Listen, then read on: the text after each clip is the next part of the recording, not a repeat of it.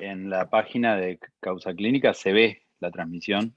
Se ve la transmisión en el canal de YouTube, por el que ya estamos en YouTube. transmitiendo, Perfecto. y después ponemos en el Facebook el link para que la gente también pueda verlo, quien no lo haya podido ver en vivo. Bueno, María Laura, buenas noches. Buenas noches, bienvenidos, bienvenidas. Vamos a dar inicio a la segunda noche del ciclo de conferencias de Causa, las vicisitudes del amor y las estructuras clínicas. Esta noche recibimos a Patricio Álvarez Bayón, quien nos va a hablar puntualmente del amor en la neurosis obsesiva.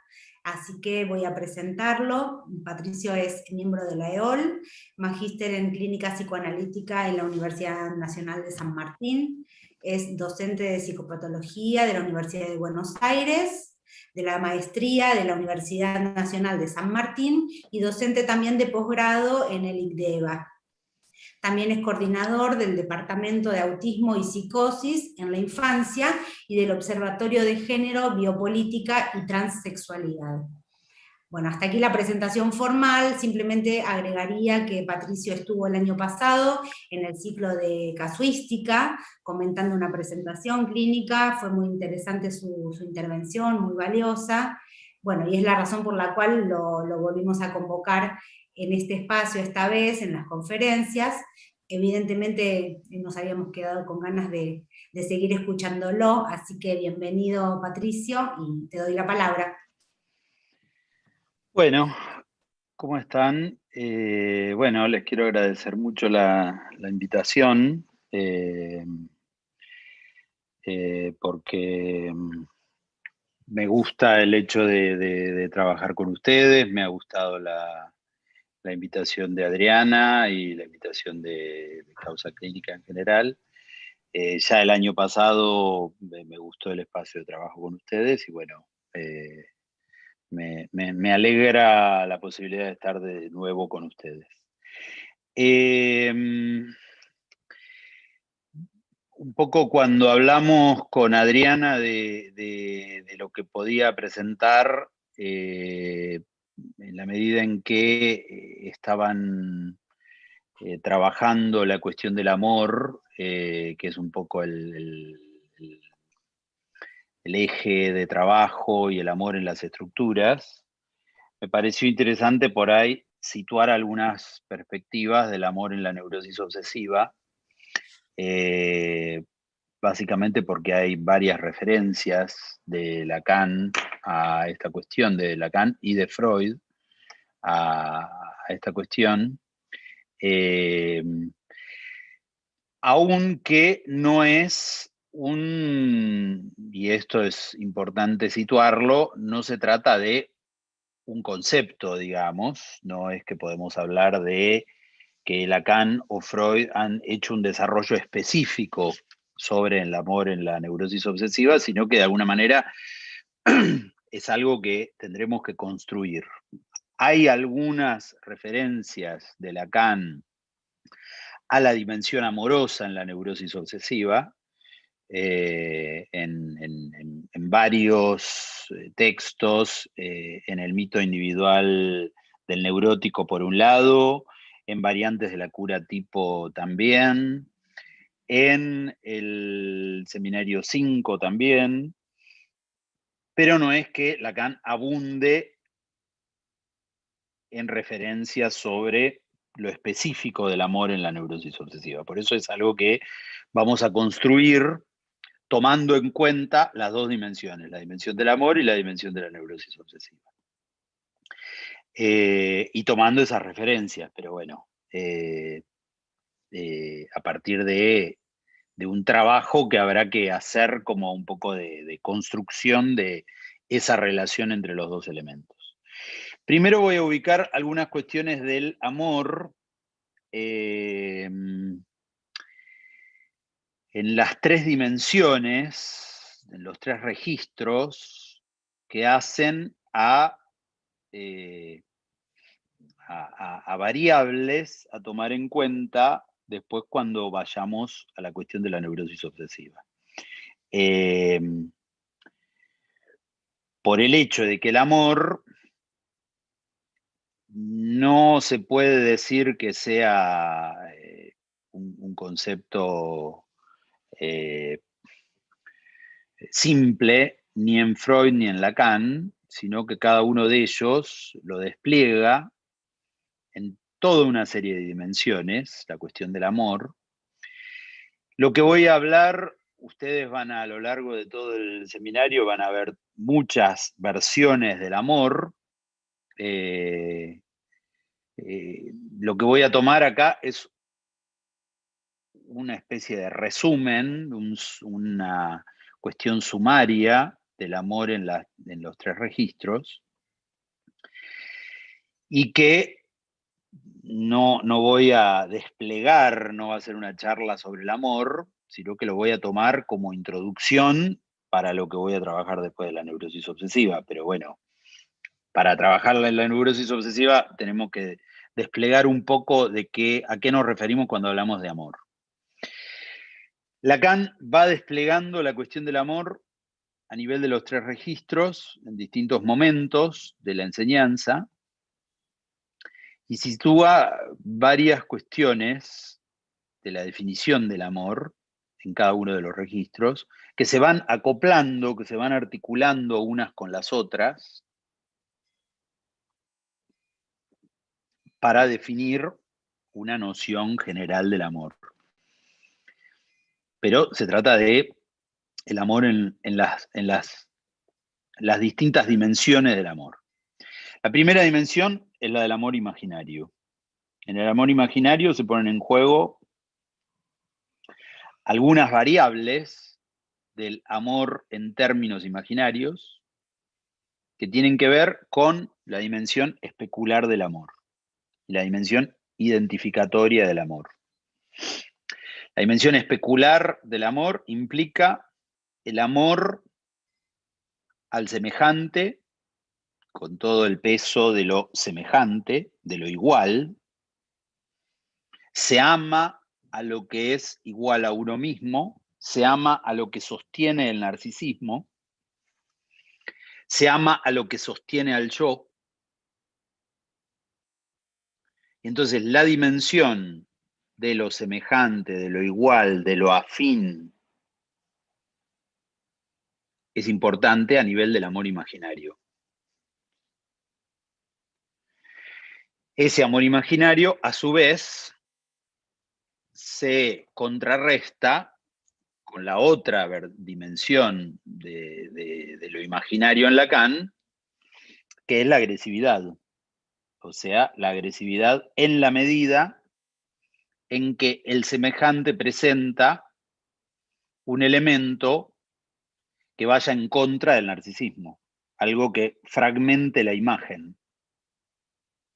Un cuestionamiento, una interpretación, un no seguir con la afinidad, cualquier elemento que introduzca lo que no es igual, lo que no es la mismidad, pone en juego del lado imaginario la agresividad, porque fragmenta el espejo. Entonces, el pasaje entre amor y odio, o entre el amor y la agresividad, es un pasaje muy habitual que Lacan presenta durante todo el tiempo en que trabaja las cuestiones del narcisismo y las cuestiones de lo imaginario, como una conducta que puede ser una conducta, si tomamos solo la dimensión imaginaria, puede ser una conducta extrema, tanto por el lado del pegoteo narcisista como por el lado de la agresividad. Y puede pasar por las pasiones imaginarias del amor al odio o del amor a la agresión muy fácilmente. Y justamente lo que Lacan plantea es que lo que pacifica esa dimensión del amor imaginario, pero con su correlato de la agresividad imaginaria, o sea, porque el punto es ese, uno no es sin el otro, ¿sí? No es que hay amor solo en lo imaginario y no hay agresividad, o solo en algunos casos hay agresividad. Esa clase de amor implica la agresión. ¿Por qué? O hay imagen completa o hay imagen fragmentada. Cuando hay imagen completa hay amor, cuando hay imagen fragmentada hay agresión. Y tenemos en la vida de las parejas toda esa cuestión de la circulación entre lo amoroso y la pelea, que es una de las dimensiones de lo amoroso, ¿sí? La cuestión de las peleas y las cuestiones de las discusiones ponen en juego en la vida de las parejas esa dimensión imaginaria que tiene que ver con la cercanía, una gran cercanía al otro como semejante. Y en esa cercanía es inevitable el pasaje entre esos planos. Lo que pacifica esos dos planos, del amor y la agresión, es lo simbólico, que Lacan presenta como el pacto simbólico de los significantes. El pacto simbólico de los significantes es lo que da lugar, lugares significantes, lugares, roles, leyes a ese modo de funcionamiento imaginario. Pero, primera dimensión entonces del amor está en la dimensión de el amor a lo semejante, el amor a lo igual y el amor a lo que sostiene al propio narcisismo. Y a lo que no rompe o que rompe poco al propio narcisismo. ¿Sí? Esa es una dimensión. Junto con lo que sostiene el narcisismo está lo que tiene que ver con el reconocimiento. La otra dimensión imaginaria es el reconocimiento del otro, el semejante que reconoce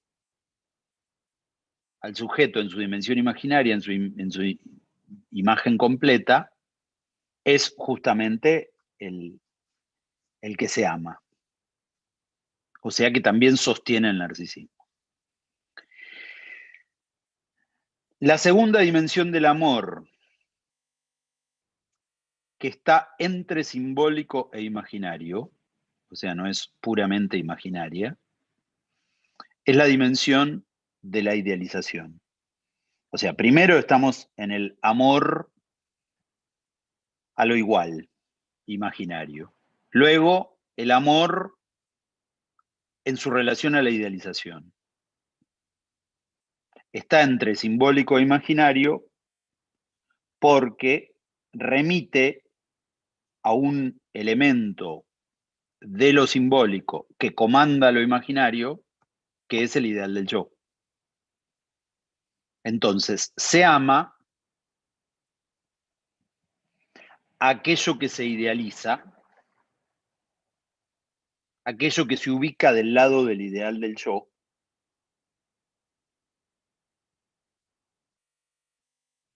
lo cual lo tenemos en el lenguaje popular como la admiración, como el amor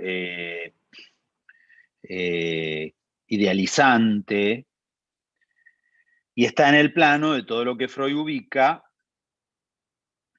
en la dimensión de la relación entre el amor y la sugestión. O sea, la relación que Freud establece en Psicología de las Masas entre el amor y la hipnosis, o el enamoramiento y la hipnosis. Cuando uno ama, queda hipnotizado por aquel que ama y uno queda sugestionado en esa hipnosis por aquel que ama. Pero para quedar sugestionado por aquel que se ama, es necesario ubicarlo en el lugar del ideal del yo. Esa es la dimensión entre imaginario y simbólico. Entonces, hasta ahora tenemos dos: el amor a lo igual y el amor a lo idealizado.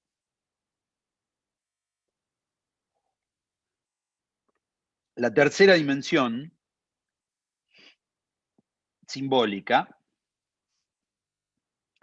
es la dimensión del amor como falta, el amor como dar lo que no se tiene. la dimensión simbólica del amor como dar lo que no se tiene implica la castración, implica la falta, pero una falta a nivel de lo simbólico, una falta que pone en juego la dimensión del amor en relación al falo y a la castración. O sea, ese amor, el amor simbólico, está ligado a la dimensión del deseo, porque es simbólico. El deseo es en falta, pero una cosa es el deseo como lo que se desplaza en la cadena de los significantes, y otra cosa es el amor que implica el deseo. ¿Sí? No es lo mismo que el deseo. Es un amor en falta que está situado en la dimensión del dar lo que no se tiene. Para dar lo que no tengo, solo puedo darlo si me ubico en posición de falta y si me ubico en posición de castración. Y esta dimensión del amor en falta, que implica la castración e implica también el deseo,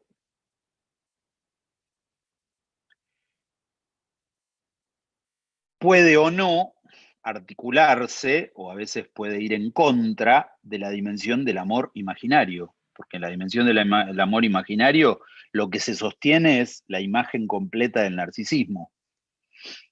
Y el amor del dar lo que no se tiene implica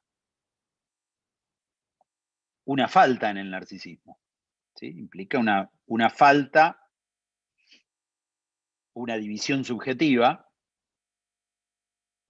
Y luego veremos, del lado de la neurosis obsesiva, cómo esta dimensión puede ser una dimensión bastante difícil para el obsesivo, ubicarse en la posición de falta. Tercera dimensión del amor en el plano real, o cuarta podríamos decir, porque ya dijimos tres. Entonces dijimos, primera dimensión, lo semejante, lo igual. Segunda dimensión, lo idealizado. Tercera dimensión, la falta. Cuarta dimensión, el amor real, que tiene dos, Lacan lo trabaja de dos modos, al amor real. Uno es el amor a nivel de la pulsión y a nivel del objeto A, donde esta dimensión del amor no implica al deseo, como la segunda, como la de recién, como la simbólica, sino que implica al goce. Y entonces, a nivel de la dimensión del goce, esta tercera dimensión del amor se sitúa en la relación que el amor tiene con el objeto A.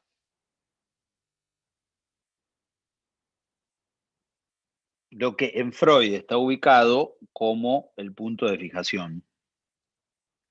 O sea, se ama desde el punto de fijación, o en Lacan se ama desde el fantasma.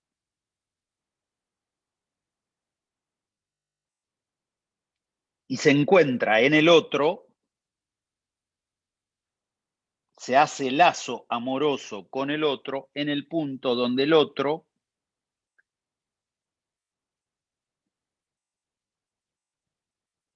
cumple con una condición fetichista de goce. Y el ejemplo de Freud es el brillo en la nariz, donde en el brillo en la nariz se encuentra el rasgo de atracción en las mujeres que le gustaban a ese hombre y que lo enamoraban a ese hombre, era el brillo en la nariz. Con el juego de palabras de él cuando niño entre el alemán y el inglés, que había tenido una infancia entre Alemania e Inglaterra, entre el glance, como el brillo, y en alemán, en inglés, el glance como brillo, y el glance en alemán como mirada. Bueno, este glance pone en juego que el objeto mirada, fantasmáticamente, es lo que guía la pasión amorosa. Y en esa dimensión del amor real, ligada al objeto y ligada al rasgo fetichista y ligada al fantasma, se pone en juego la dimensión de la pasión, de lo que apasiona. Apasiona algo de la dimensión del objeto, y la pasión es justamente lo que está puesto en juego en el goce, no en el deseo, sino en el goce. Es el punto del amor que se vuelve pasional, que lo encontramos en muchos casos como una dimensión que lleva al sujeto, que el sujeto no puede dominar esa pasión, sino que la pasión se lo lleva puesto.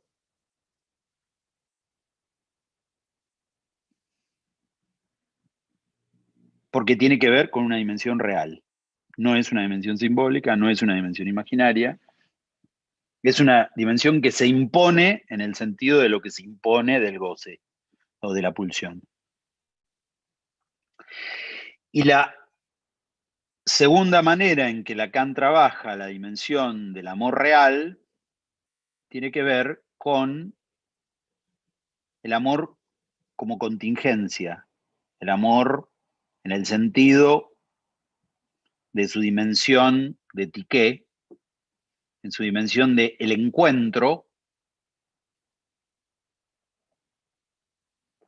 no previsto, no ubicado según las leyes previas, las leyes del fantasma o las leyes significantes,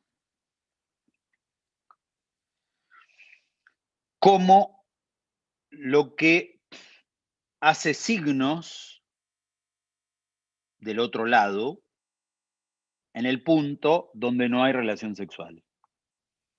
O sea, en el punto donde no hay encuentro posible con el otro, y que ese encuentro es un encuentro a lo sumo provocado del lado del fantasma, donde sí hay algo que ya está predeterminado en esta dimensión pulsional, en relación al no hay relación sexual, lo que aparece del otro lado del muro, de la no relación sexual, es un signo que provoca un efecto amoroso del lado del sujeto.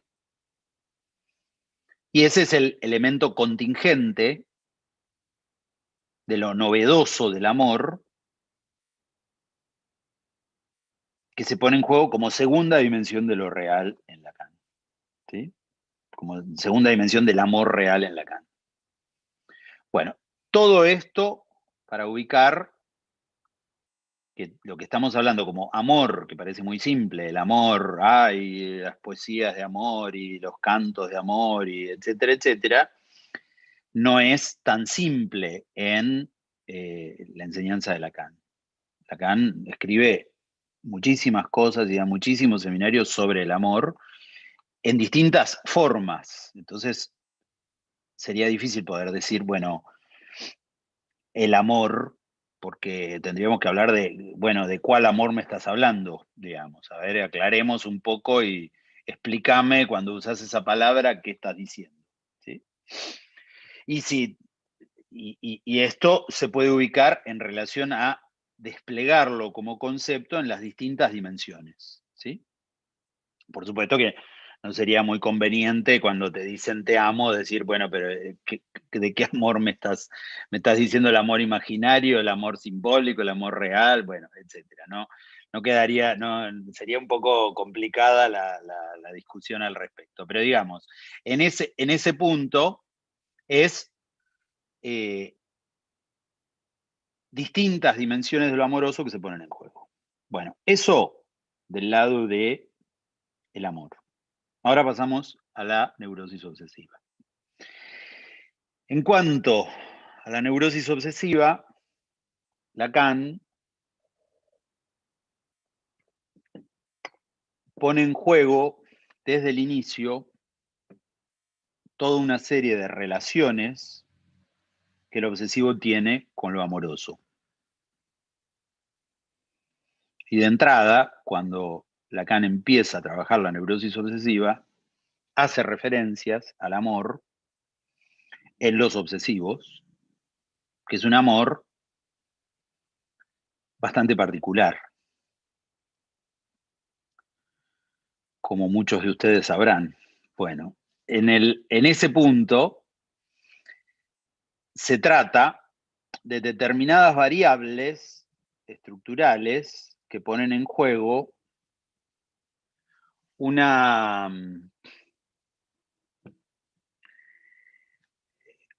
referencia del lado de lo que Lacan sitúa como la estructura o como un tipo clínico dentro de la estructura neurótica. Y sabemos que cuando hablamos del obsesivo, muchas veces imaginarizamos al obsesivo y lo suponemos como una figura, pero después tenemos muchísimas formas de presentación de la neurosis obsesiva, muchos tipos de obsesivos, así como podemos hablar de muchas clases de histerias, ¿sí? Y podemos hablar de una histeria y estamos hablando de los elementos, reduciendo ciertos elementos de la histeria o ciertos elementos de la neurosis obsesiva, pero después en la clínica tenemos miles de formas de la histeria y miles de formas de la neurosis obsesiva. Con lo cual, lo que Lacan está trabajando es ciertos rasgos tipificados del tipo clínico obsesivo. Después tenemos muchas formas de presentación en la clínica. Bueno, lo que Lacan plantea de entrada es la dimensión de cómo el obsesivo imaginariza la dimensión del amor. En Variantes de la Curatipo, él dice, el obsesivo arrastra en la jaula de su narcisismo a los objetos amados. En ese caso está hablando del hombre de las ratas, arrastra en la jaula de su narcisismo al padre idealizado y a la dama de sus pensamientos. Pero este arrastrar en la jaula del narcisismo implica que el obsesivo de entrada se ubica en la dimensión amorosa por la vía del amor imaginario, por la vía del amor al semejante, a lo que le sostiene su propio narcisismo, a lo que lo ubica en la dimensión de una imagen completa,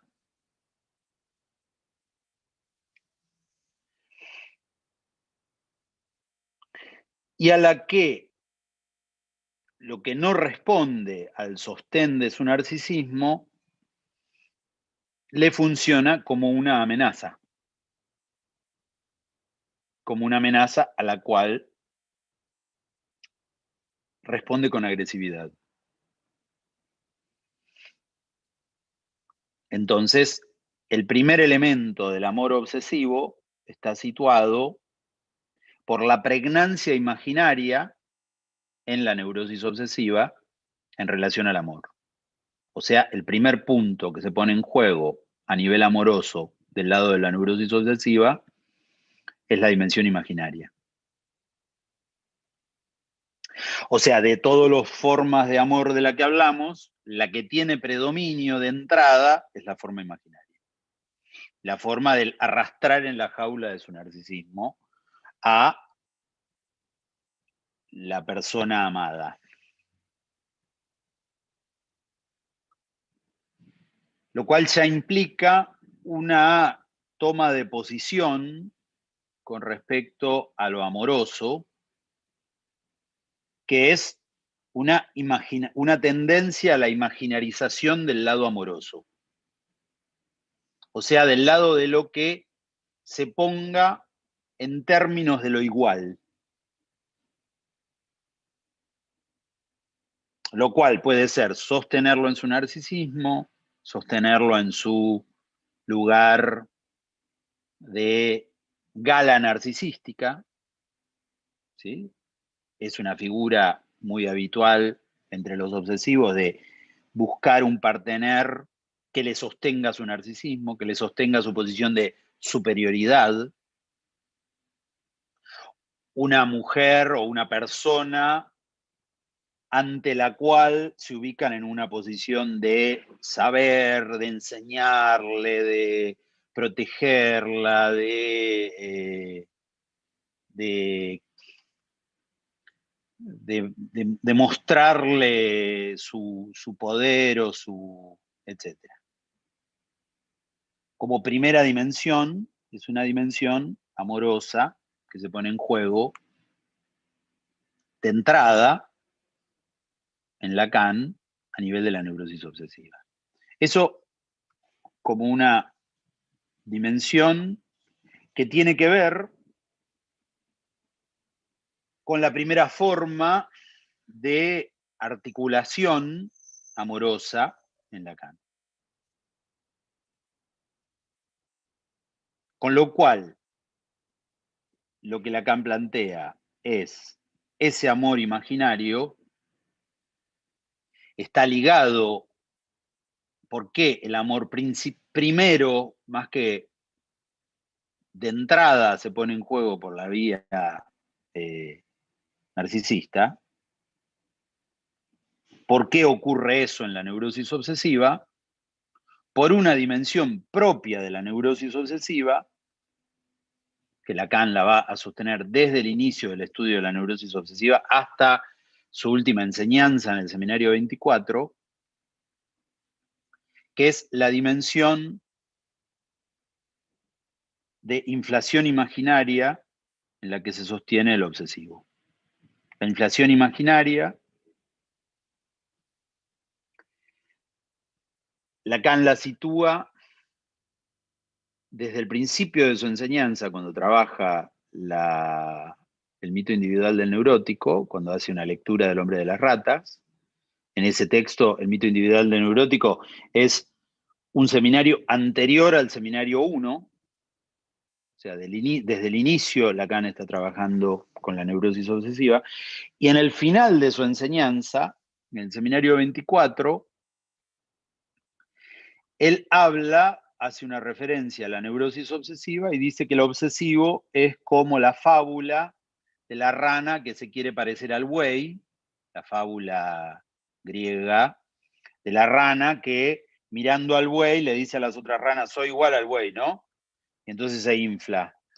Soy igual al buey y se infla más. Soy igual al buey, se infla más hasta que explota. ¿Sí? Bueno, ese punto, ese apólogo de la rana que se quiere parecer al buey, pone en juego una dimensión de la neurosis obsesiva que Lacan sitúa como una dimensión última a nivel del análisis. En el seminario 24 ya lo sitúa del lado del síntoma del obsesivo, ¿sí? O sea, la dimensión imaginaria es la dimensión en la cual el obsesivo se construye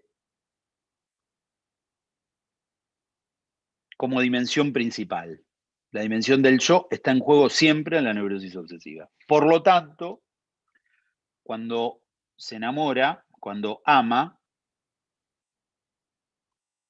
el tipo de amor que establece es un tipo de amor imaginarizado. Eso como primer elemento. Segundo elemento de la neurosis obsesiva. Lo que Lacan plantea como la dimensión del deseo en la neurosis obsesiva, que es lo que define al tipo clínico de la neurosis obsesiva como el deseo imposible. Entonces, el primer elemento de la neurosis obsesiva era el amor imaginarizado, ¿sí? Y el amor que sostiene el narcisismo del sujeto. En ese amor imaginarizado se pueden ver muchas formas. Puede ser la forma de la gala narcisista, como les decía, o también puede ser la forma, antes de pasar a la segunda, o también puede ser la forma de el amor de lo siempre igual, el amor aburrido del obsesivo, el amor dormido del obsesivo, rutinario, que hace siempre lo mismo y que le gusta hacer siempre las mismas cosas. Y entonces ya sabe que todos los sábados te va a traer el desayuno y que todos los domingos va a regalarte un chocolatín y que todos los lunes se va a poner a leer el diario y te va a decir que no lo moleste y que todos los martes... Bueno, esa cuestión ritualística del obsesivo tiene que ver con la dimensión de lo igual que sostiene el narcisismo, ¿sí? No necesariamente es el amor a la persona igual, sino que es el amor ritualizado, ¿sí? Que también sostiene el narcisismo, que también sostiene el hecho de que él conoce lo que va a pasar, digamos, ¿sí? Eso también es un modo del amor narcisista del obsesivo. Y muchos otros modos de la dimensión de el arrastra en la jaula de su narcisismo a los objetos amorosos, ¿sí? Esa es la primera dimensión. La segunda dimensión, les decía, es la dimensión del deseo imposible obsesivo. En el deseo imposible obsesivo, que Lacan lo despliega en el Seminario 5, Lacan ubica el correlato del deseo imposible, que es correlativo al deseo insatisfecho en la histeria. Pero las referencias que Lacan hace también son referencias al amor, a nivel del deseo imposible, que tienen que ver con una báscula, una báscula en el sentido de pasar de un lado al otro, de lo que se produce a nivel de lo imposible del deseo en la neurosis obsesiva, que no es que es imposible porque no se puede realizar el deseo imposible, sino porque encierra, esto es lo que Lacan plantea en el Seminario 5, que el deseo imposible es imposible porque encierra una paradoja, que es la paradoja que define al deseo, ya no estamos en el amor, sino que estamos en el deseo, que define al deseo como deseo del otro. Entonces Lacan plantea, el deseo, la definición del deseo es el deseo del otro.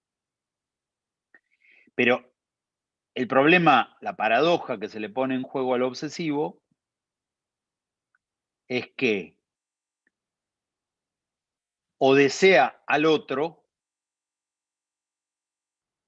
en el sentido de someterse al deseo del otro,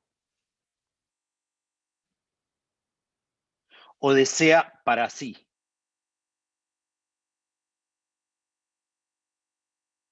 Y entonces, la báscula del deseo imposible de la neurosis obsesiva es pasar en dos tiempos de darle todo al otro, o sea, someterse por completo al deseo del otro, o eliminar al otro para satisfacer su propio deseo. Pero en las dos puntas, deseo el deseo del otro exclusivamente, le doy todo al otro, o deseo para mí solo y me saco al otro de encima, en las dos puntas, el deseo como deseo del otro se vuelve imposible. Y el obsesivo pasa de una punta a la otra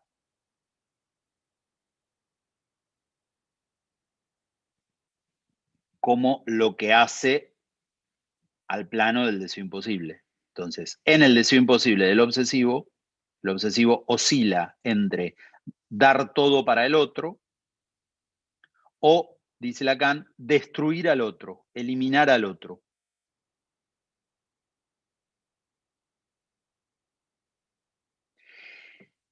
Esos dos son los extremos del deseo imposible.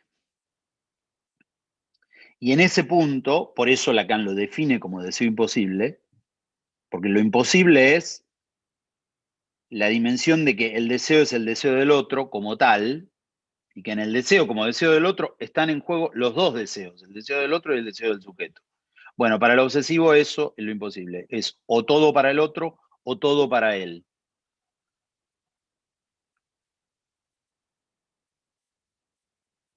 Esto se opone al deseo insatisfecho de la histeria, ¿sí? Que logra, dice Lacan, una solución mucho más elegante, en la medida en que sustrayendo un elemento,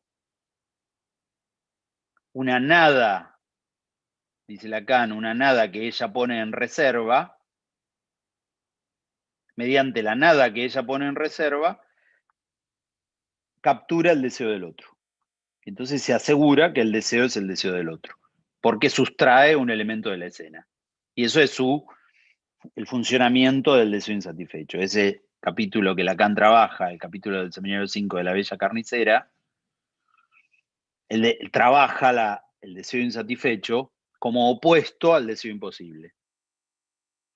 Y justamente lo que logra la histeria en esta solución del deseo insatisfecho es una solución mucho más reducida a un punto. En cambio, el obsesivo pasa por los dos extremos todo el tiempo. O todo para el otro o todo para mí. Bueno, eso se pone en juego, dice Lacan, en la dimensión amorosa, en la cual, a nivel del amor,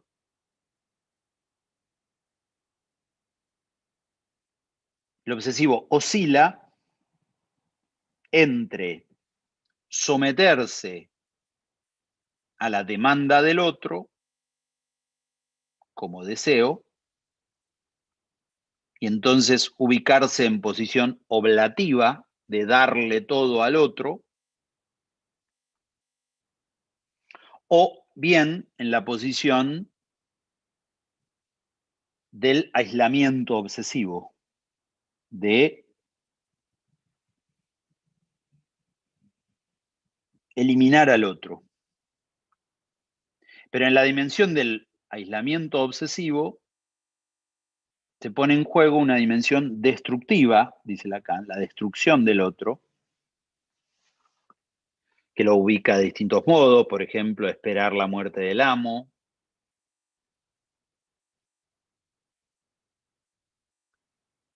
Pero es básicamente la fantasía de la eliminación del otro lo que se pone en juego en este punto del aislamiento. Entonces, en esta destrucción del otro, no se trata de una dimensión sádica en relación al otro, no es que le quiere hacer mal al otro, sino que simplemente intenta quitarse al otro de encima, en esa forma del aislamiento.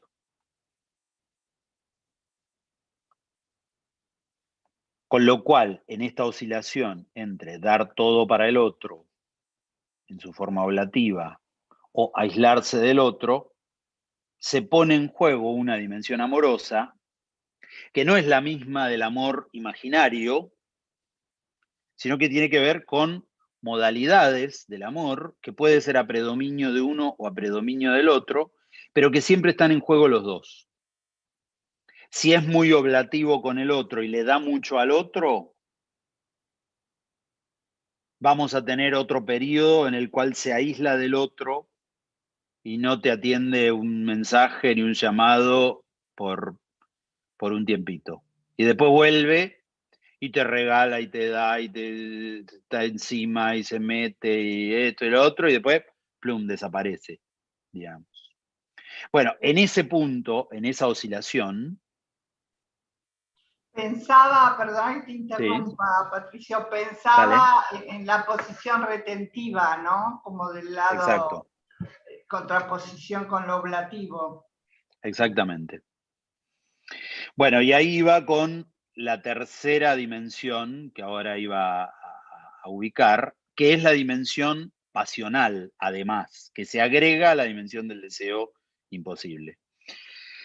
Pero antes de ir a eso, en el deseo imposible, en el todo para el otro o el todo para mí, se pone en juego una segunda paradoja,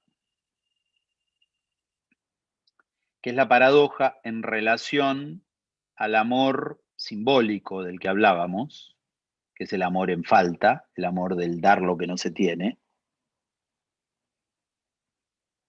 Porque en esa dimensión del dar lo que no se tiene, estos dos extremos del amor que le da todo al otro o que se da todo a sí mismo, no se pone en juego como deseos, como amor simbólico, como amor del dar lo que no se tiene, sino que es una especie de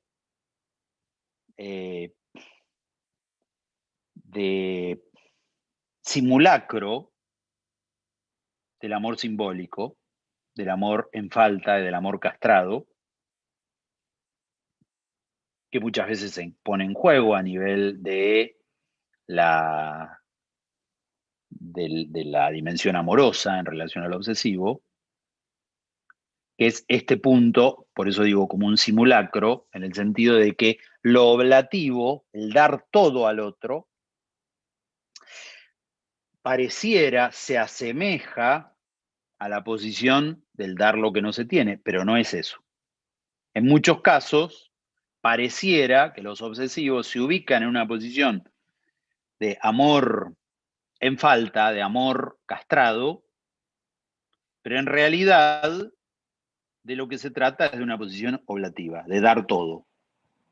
Y ese dar todo se acaba en algún momento y se transforma en el aislamiento. Entonces no hay que creerse demasiado la oblatividad del obsesivo, porque después viene la segunda parte, ¿sí? Porque justamente no es un amor en falta. El amor en falta no es una oscilación de te doy todo, después no te doy nada, después te doy todo, después no te doy nada, etc. Sino que el amor en falta es una posición de amar desde la división subjetiva. Que no, por eso digo que es como un simulacro, es como una exageración la oblatividad. El dar todo pareciera una posición enamorada, pero muchas veces es eso, es una posición de sometimiento por la dimensión del deseo imposible. ¿Estamos hasta acá? Bueno, y la tercera dimensión es esta que decías, Adriana, que es la dimensión del objeto a nivel de la pasión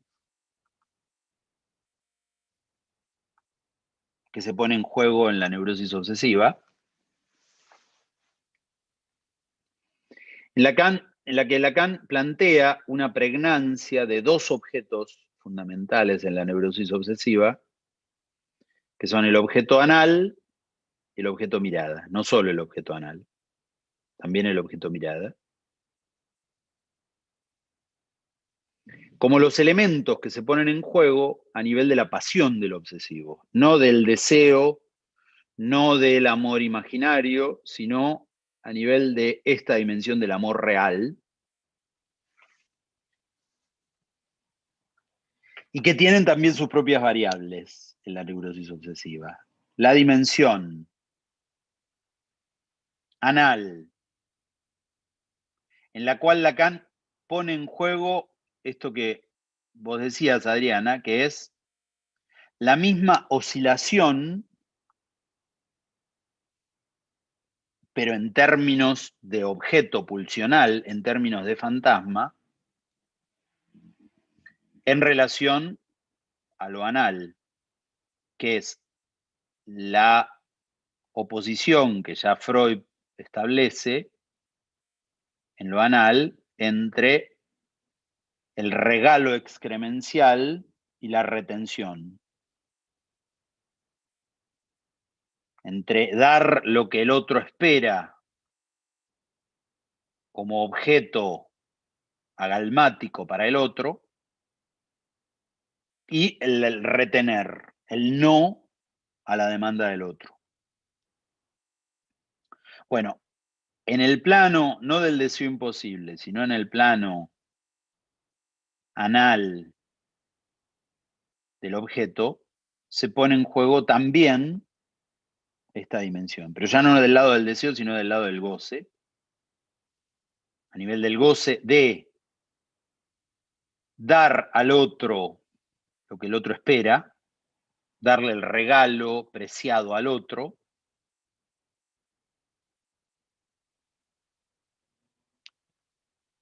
un regalo preciado que el otro debería admirar y amar y agradecer, o bien retener ese regalo bajo el modo de la oposición y del no, o sea, de la retención. En esa dimensión se pone en juego un modo de goce a nivel del obsesivo, que también en su forma amorosa está ligado a la dimensión de la relación del obsesivo a la demanda del otro, a cómo el obsesivo se sitúa en posición de responder a la demanda del otro o de oponerse a la demanda del otro.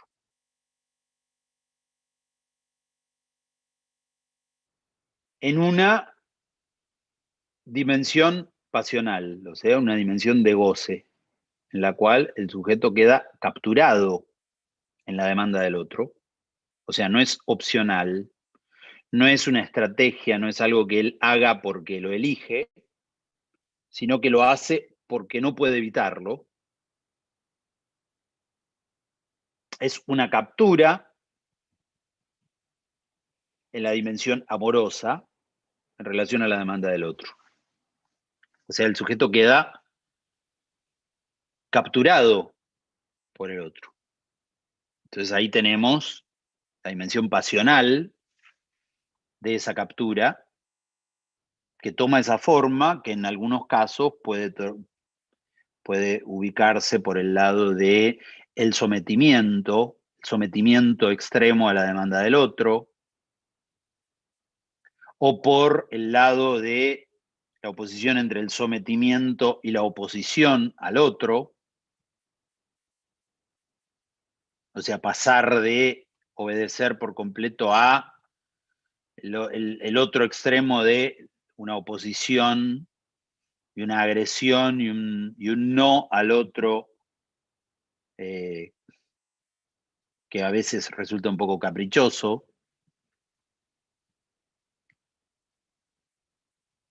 Pero con esta característica de la oscilación. Entonces, tanto del lado del deseo imposible como del lado del objeto anal, se pone en juego esta oposición en dos tiempos. Freud siempre marcó en la neurosis obsesiva la dimensión de los dos tiempos. Y los dos tiempos en el amor obsesivo son fundamentales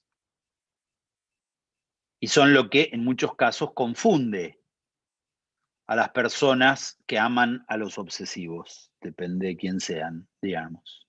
En el sentido de estos dos tiempos, de que no hay algo unívoco, no es una forma del amor, sino que hay dos tiempos en el amor. Y bueno, y fíjate a dónde estás en los dos tiempos, arreglátelas con si estás en el tiempo 1, en el tiempo 2, o ya pasaste rápido de la 1 al 2, y bueno, te la tenés que arreglar con eso, digamos. Porque te esperabas una cosa y te viene la otra, te esperabas el encuentro y te viene el no, te esperabas el no y te viene el todo para el otro, y así, digamos. ¿Sí? Y la otra dimensión del amor real, también pasional en la neurosis obsesiva, es la dimensión de la mirada, que es otra forma de la captura, que se liga con esa línea que habíamos planteado al principio de lo que estaba entre lo imaginario y lo simbólico, que es la dimensión del ideal del yo y la idealización, pero que en la neurosis obsesiva toma la forma no solo de una idealización simbólica de ubicar al otro en el lugar del ideal, sino de una captura a nivel de la mirada que idealiza al otro, que ubica al otro en una dimensión idealizada, en la cual el sujeto se queda capturado. O sea, no es solo que lo idealiza, sino que además queda apasionado por esa idealización.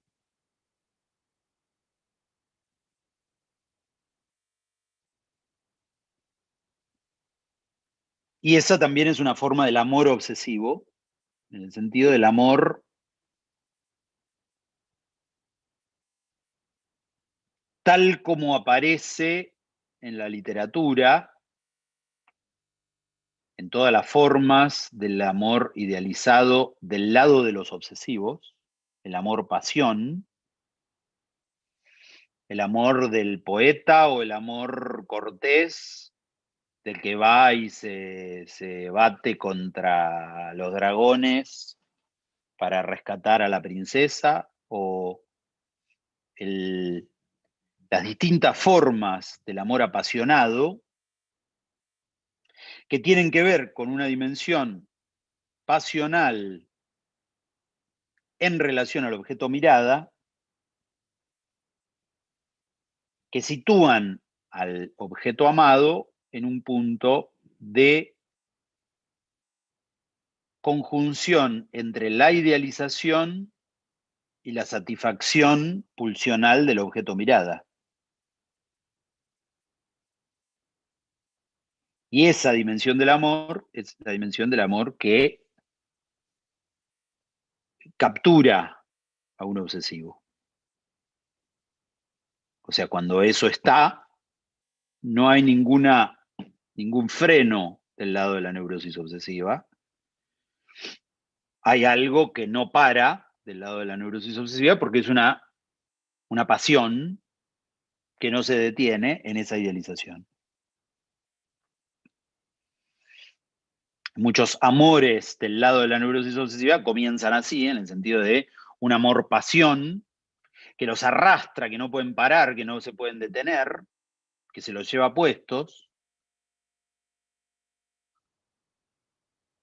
Y después, bueno, tendremos otras formas, se desplegarán otras formas del amor, pero se inician de este lado de la idealización, de la conjunción entre una idealización simbólica con un goce de la mirada.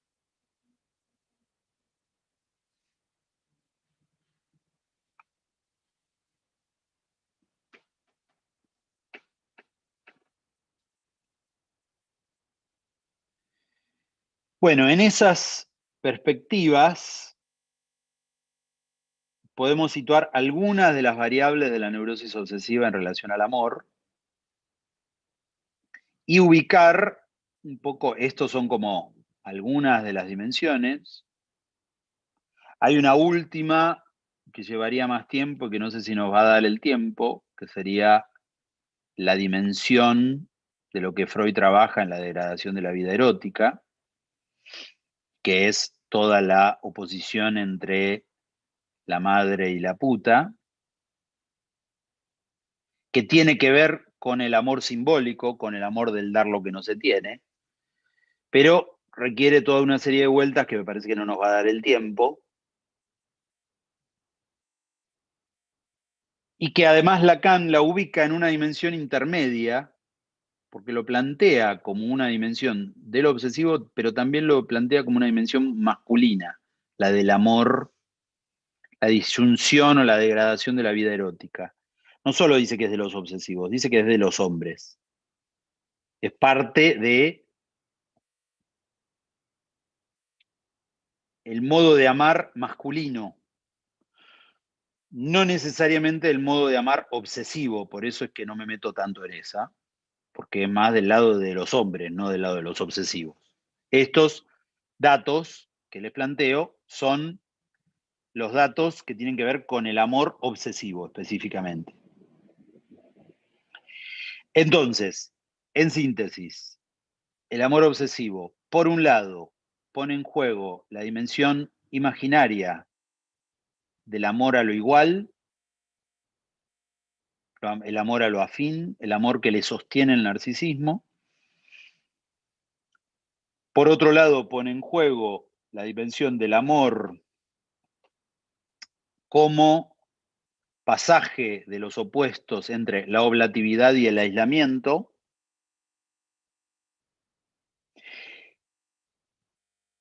Por otro lado, pone en juego la pasión de la dimensión entre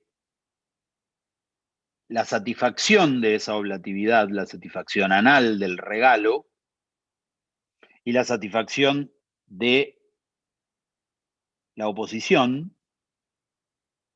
Y por último, la dimensión de la idealización como pasión del objeto mirada. Bueno, son algunos modos que se ponen en juego a nivel de la clínica de la neurosis obsesiva, los modos de amar obsesivos. Muchas veces escuchan las críticas de los psicoanalistas a los obsesivos, como los psicoanalistas un poco riéndose del obsesivo o riéndose de la histeria o situando los puntos sintomáticos. Acá, más que situar los puntos sintomáticos, porque ahí podemos hablar de los síntomas del hombre de la rata, los síntomas de un determinado obsesivo o de otro, pero más que tratar de ubicar los puntos sintomáticos, me interesaba ubicar los modos amorosos en la neurosis obsesiva, o sea, los modos de amar que tienen los obsesivos, no los modos de perturbar su amor, porque después están los síntomas que les perturban su amor, son las cosas que les impiden amar. Pero también están los modos de amar, de cómo se enamora un obsesivo y de qué modo, de qué lazo amoroso establece un obsesivo. No los síntomas, no lo que le impide amar, sino el modo de amar. Y uno puede decir, bueno, no me gusta tu modo de amar narcisista. Bueno, jodete, es mi modo de amar. No es un síntoma. Yo amo de esta manera, digamos. ¿Te gusta, no te gusta? Bueno, buscate otro señor que te ame mejor, seguramente lo vas a encontrar. Pero el punto es, son modos amorosos que se ponen en juego por sus variables estructurales, no por sus síntomas, ¿sí? Porque podemos decir, bueno, a ver, no sé, la duda obsesiva le impide amar. La duda obsesiva le impide saber si la ama a ella o la ama a la otra.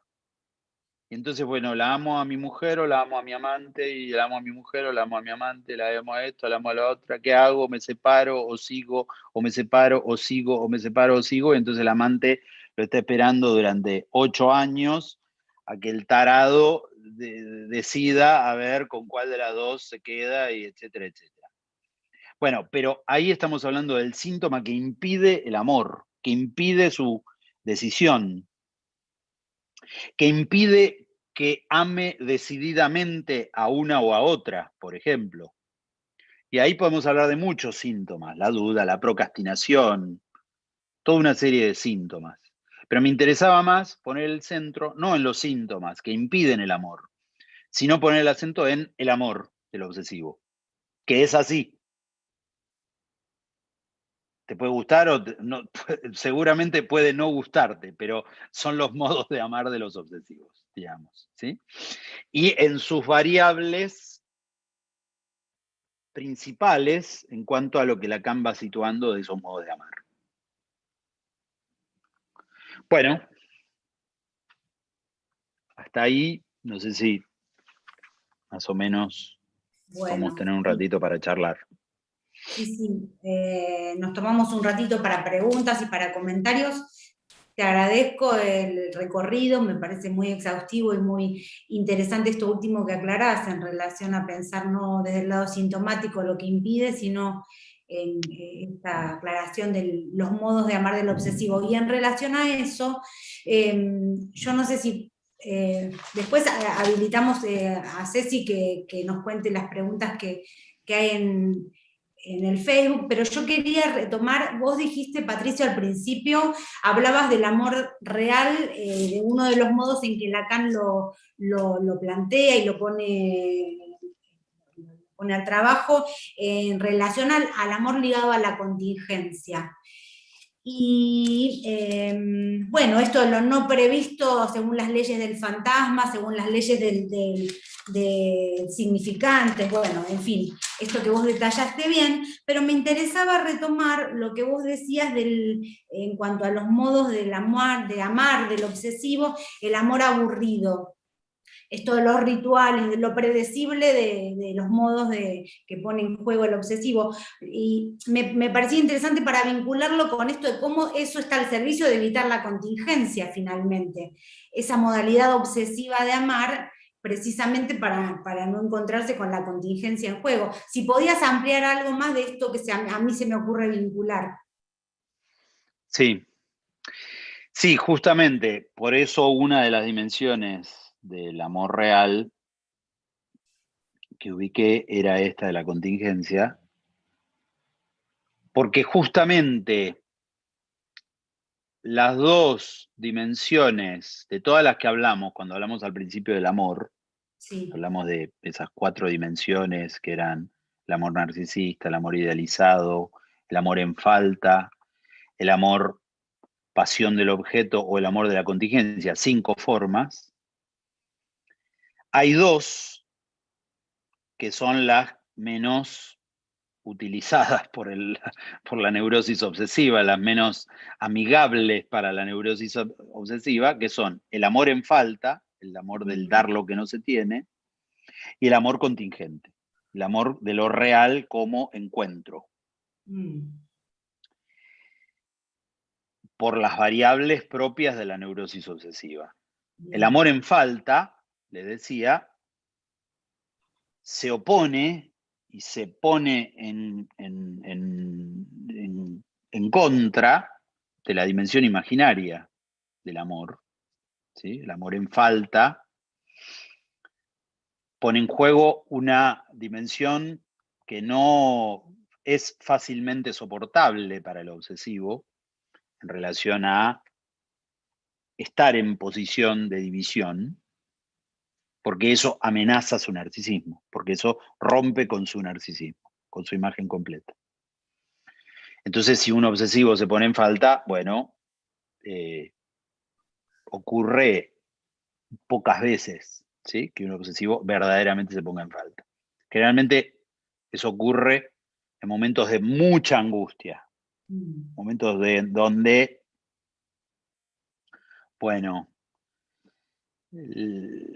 se le da la famosa patada en el culo y el tipo está con su valijita y ahí dice, cambio todo y voy a hacer, y ahora te escuché toda la serie y te dice toda la lista de cosas que le venís diciendo desde hace 10 años, pero que nunca te escuchó, y ahora de pronto te las escucha todas juntas. Bueno, ahí, y vos decís, pero ¿y cómo? Si te lo dije 1.000.000 de veces y nunca me entendiste y siempre me deciste que no, y ahora me la decís todas juntas y bien entendidas, bueno, eso ocurre, la falta aparece ante un punto de angustia. No es lo habitual, digamos, que haya la posibilidad de una falta. La otra dimensión es la dimensión de lo contingente, del amor real como contingencia, como el punto del encuentro con lo no previsto, y del encuentro con algo que no está establecido ni por su narcisismo, ni por las variables fantasmáticas en las cuales puede ubicar a ese objeto, puede clasificar a ese objeto, sino que aparece como un encuentro de algo imprevisto, de algo que sale de sus leyes, ¿sí?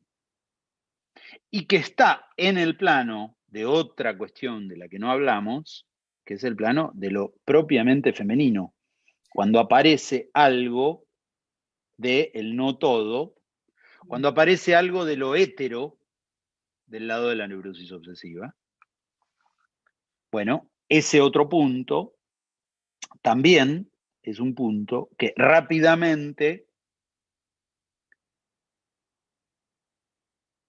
se traduce en términos de todas las variables de las que le dice. Se traduce en términos de demanda, o se traduce en términos de narcisismo, o se traduce en términos de oblatividad.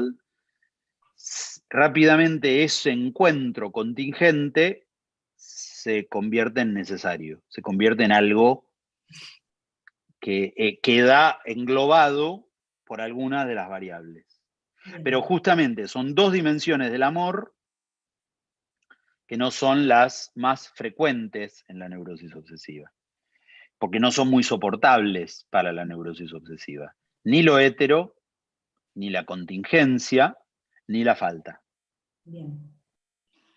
Por eso les decía, lo que quería centrarme era en los modos de amar, y ahí ya estamos del lado de la falla, del lado del síntoma, bueno, pero a partir de desde donde sí, después vemos de donde no, pero también de donde sí. Sí. Vivian. Sí. Hola Patricio, ¿cómo estás? Hola Vivian, ¿cómo estás? Muy clara tu exposición, bien. No, me quedaba pensando en esto que dijiste de esta oblatividad del obsesivo, ¿no?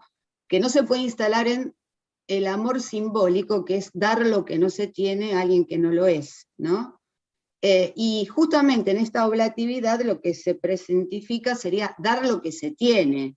Imaginariamente supone que puede dar lo que tiene. Ahora bien, en relación a la demanda del otro, cuando vos ubicás que tiene este bascular, este péndulo, ¿no?, que va entre una cosa y la otra, que no termina de resolverlo, como vos dijiste bien, el deseo es el deseo del otro, y él no puede aceptar que el deseo del otro es del otro y también de él, sino que o es de él o es del otro, ¿no?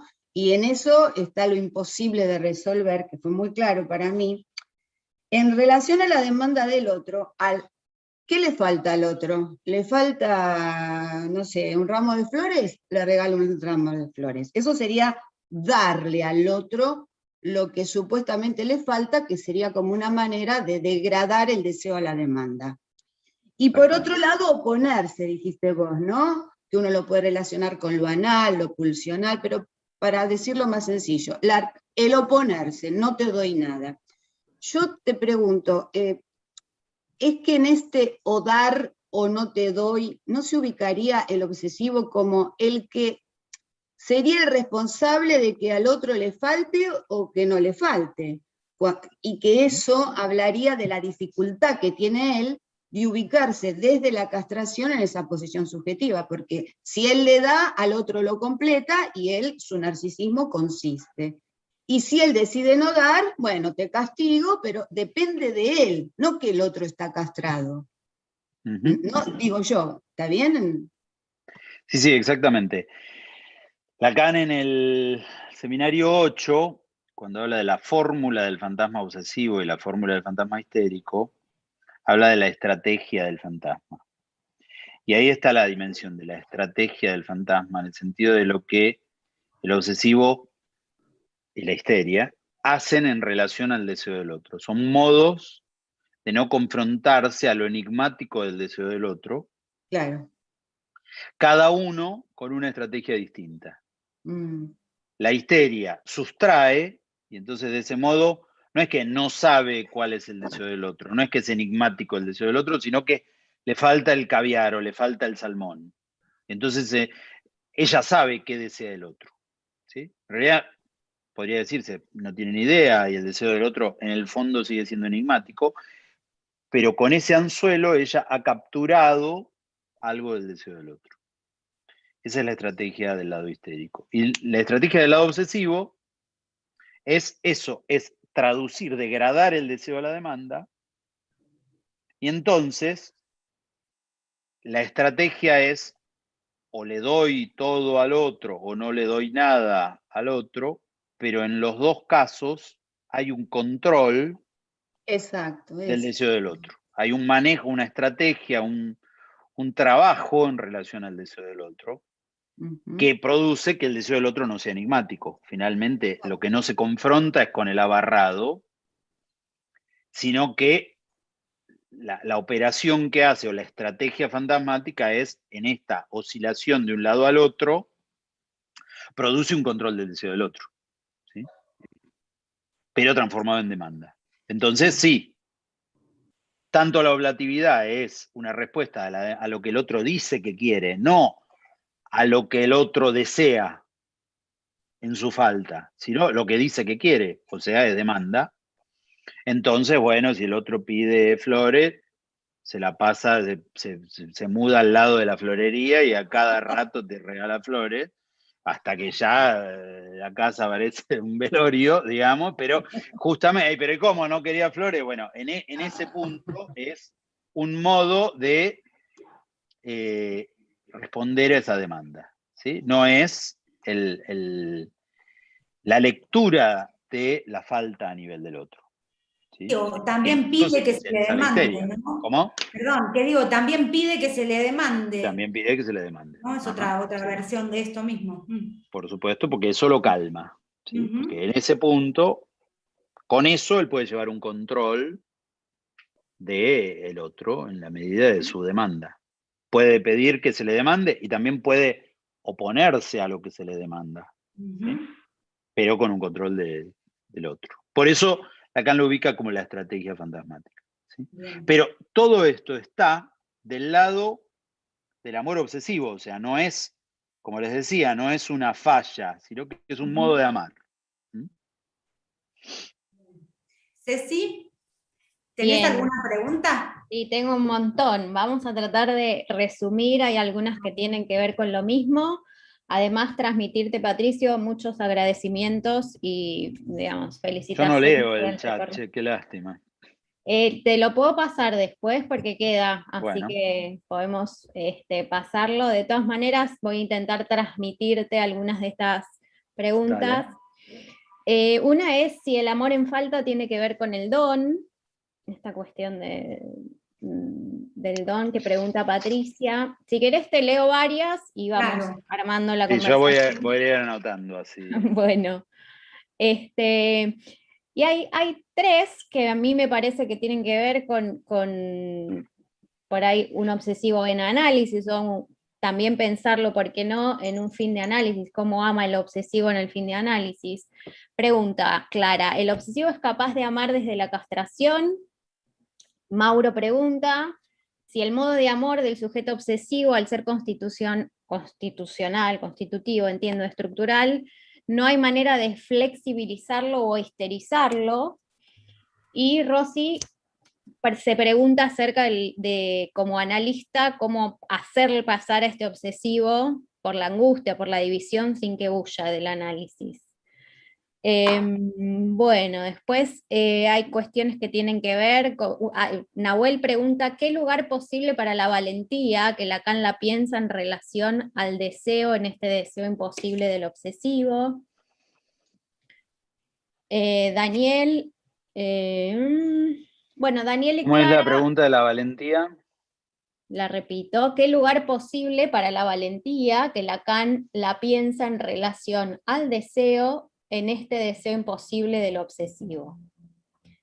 Okay. Y después pasamos a las cuestiones sintomáticas, que me parece que un poco lo aclaraste, pero retomo estas preguntas. Daniel y Clara se preguntan acerca de si estos rituales, por ejemplo, de amar, borrarle escenas, esta cuestión provoca un desgaste económico en lo libidinal, supongo, y cómo podría pensarse este modo bonoso si se puede volver sintomático si le impide amar a una persona.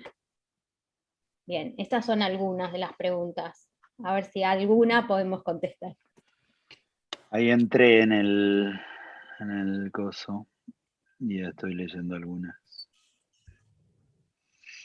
Elegí dos, porque se nos va el tiempo. Claro. Sí.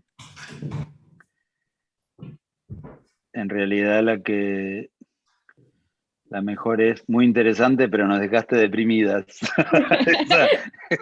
esa es la que más me gustó. Quedamos deprimidas las que amamos obsesivas. Sí, todos se ponen a llorar a partir de la charla. Bueno, eso me pareció gracioso eso. Pero digo, Sí me parece importante, porque se puede tomar así como un conjunto, esto como vos ubicabas, esto de si el obsesivo es capaz de amar desde la castración, si se puede flexibilizarlo o histerizarlo, cómo hacerlo pasar por la división sin que huya, y qué lugar posible para la valentía. Me parece que todas van un poco en la misma dirección. Y en final, el obsesivo en fin de análisis, o sea, todas van por la misma dirección, que sí es justamente la operación del análisis en relación a la neurosis obsesiva, en la cual Lacan sitúa dos dimensiones que van en la misma dimensión de todas estas preguntas, pero formalizadas de distinto modo. Una primera forma, en el seminario 17, cuando Lacan habla de histerizar al obsesivo, ¿sí? La histerización del obsesivo es lo que Lacan sitúa como la puesta en forma de la entrada en análisis, que es el discurso histérico. Lacan habla del discurso analítico como operación del análisis, pero Lacan habla que cuando se entra en análisis, uno pasa a la dimensión del discurso histérico, no del discurso analítico. La entrada en análisis es que en el lugar del agente, el sujeto barrado queda ubicado como la división subjetiva. Entonces, uno no pasa al discurso analítico tan rápido ni tan fácil, porque ahí sí huyen. Si el analista aparece en posición de objeto, ahí sí el paciente, sea obsesivo o lo que sea, sale rajando. Pero en ese punto, la entrada en análisis tiene que ver con la entrada a la dimensión de la división subjetiva. O sea, el sujeto barrado se pone a trabajar en análisis. Y eso es la histerización del discurso propia de la entrada en cualquier análisis, para una histeria o para una neurosis obsesiva. Entonces ya hay una primera operación del análisis en lo que hace a un obsesivo en análisis, que es el hecho de poder empezar a soportar por efecto analítico su división subjetiva. Y entonces, ahí están todas estas preguntas, que es poder soportar su falta, poder flexibilizar estos modos de amar característicos de la neurosis obsesiva, de estos, no sé, 2, 3, cuántos que dijimos. Y esto que decía Rossi de cómo hacerlo pasar por la división sin que huya, bueno, la división es la división propia de un análisis, que el análisis produce esa división del sujeto que permite establecer una distancia entre el yo y el sujeto. Ya eso en sí mismo, el hecho de poder salir de la dimensión yoica, de que un obsesivo pueda poner en juego una división subjetiva como un más allá del yo, ya eso es una operación gigantesca para un obsesivo. Parece algo tan simple. Para la histeria es como se lo enseñaron en el jardín de infantes. La histeria de los 4 años ya lo hace, el obsesivo por ahí lo hace a los 45, en pie, y cuando lo descubre es algo maravilloso, es algo que no lo puede creer. Pero ese efecto, tan simple aparentemente del lado de la neurosis obsesiva, es como, no sé, como entrar en un jardín de rosas. El hecho de poder salirse un poco del yo y salirse un poco del narcisismo produce un efecto de histerización y de división que también afecta sus modos de amar y que también afecta sus modos de soportar una falta. Y entonces un obsesivo en análisis puede escuchar más, puede dar más lugar a su propia división, puede soportar algo del amar desde el dar lo que no se tiene, etc. O sea que esa histerización ya es una histerización propia del análisis. Y la segunda forma de formalizar Lacan la otra dimensión que no pasa por la histerización ni pasa por la división subjetiva. Es la dimensión de lo que Lacan presenta como que el análisis feminiza. Que el análisis feminiza a todo el que, así como histeriza la entrada en análisis, el análisis feminiza en su dirección a todo el que entre en el dispositivo analítico, más allá de su tipo clínico, y feminiza quiere decir que pone en juego la dimensión del no todo y pone en juego la dimensión de lo hétero, de lo otro. Puede ser el otro goce o puede ser simplemente lo otro. Esa operación, la operación de feminización del análisis, también produce el efecto de todo esto que preguntaban, flexibilizarlo, histerizarlo, hacerlo pasar por la división, en la medida en que pone en juego una dimensión de lo otro que excede incluso a la dimensión de soportar la falta, ¿sí? Es soportar lo hétero, soportar lo otro. Soportar lo otro no es fácil del lado de la neurosis obsesiva y no se obtiene en el inicio de los análisis. Se obtiene después de mucho despliegue del tratamiento analítico, no en el principio. En el principio se obtiene la histerización. Soportar lo otro es algo que va más allá del narcisismo, es algo que va más allá de la falta, es algo que va más allá de la idealización, es algo que pone en juego una dimensión otra. Y para un obsesivo eso es como, no sé, aprender a hablar en chino. Bueno, y sí, si haces mucho trabajo de aprendizaje de chino, algún día empezás a hablar en chino. Pero tenés que hacer mucho trabajo para aprender a hablar en chino. Bueno, para el obsesivo son más o menos 5 años de academia, de academia china, digamos, ¿sí? Poder empezar a poner en juego, a esbozar algo de la dimensión del otro. Bueno, por eso les decía, en ese punto, estas preguntas me parece que van en esa dirección. La que te la debo, porque no la entendí, es la de la valentía. Me parece que es interesante esa pregunta. ¿Qué lugar posible para la valentía?